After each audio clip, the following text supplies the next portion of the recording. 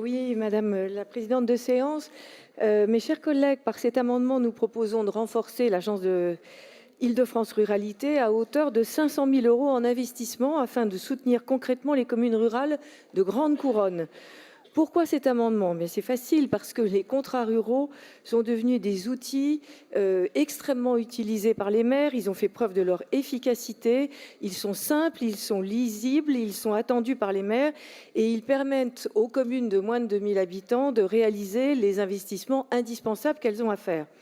Mais accompagner les maires ruraux, ce n'est pas seulement une question budgétaire, c'est aussi leur faire confiance et les soutenir. Au-delà de ces financements, l'agence Île-de-France Ruralité joue un rôle essentiel et reconnu. Elle accompagne les maires, elle les conseille, les aide à monter leurs projets et à ne jamais rester seuls face à la complexité administrative. C'est un partenaire de proximité au service des élus locaux qui est tout à fait reconnu par cela. Enfin, accompagner ces élus locaux, c'est aussi reconnaître leur engagement.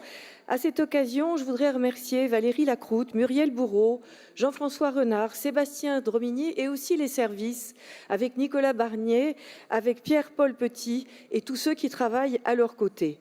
Et puis c'est l'occasion aussi pour moi de rappeler une avancée majeure à l'Assemblée et au Sénat, l'adoption récente de la proposition de loi, qui est une proposition de loi sénatoriale, du statut de l'élu local.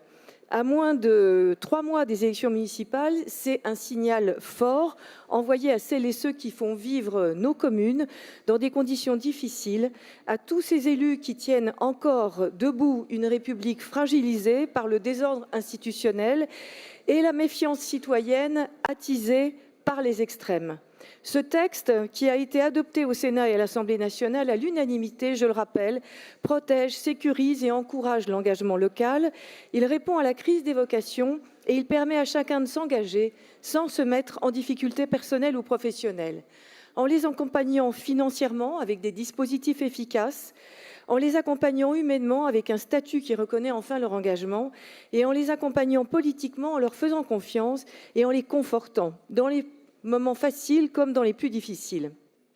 C'est aujourd'hui tout le sens de cet amendement que nous nous proposons d'adopter, un amendement qui vient conforter l'engagement que notre présidente a pris lors du scènement de Provins il y a plus de 10 ans, une confirmation de la politique de notre majorité qui vient tordre le cou aux petites rengaines de l'opposition selon lesquelles le monde rural serait le grand oublié, à se demander s'ils comprennent quelque chose d'ailleurs à ce monde rural. Car en Île-de-France, il n'existe pas de territoire de moindre intérêt, il n'existait pas de francilien dénué d'importance, mais il y a une région de 8 départements pleine et entière. Notre majorité est aux côtés de tous. Je vous remercie.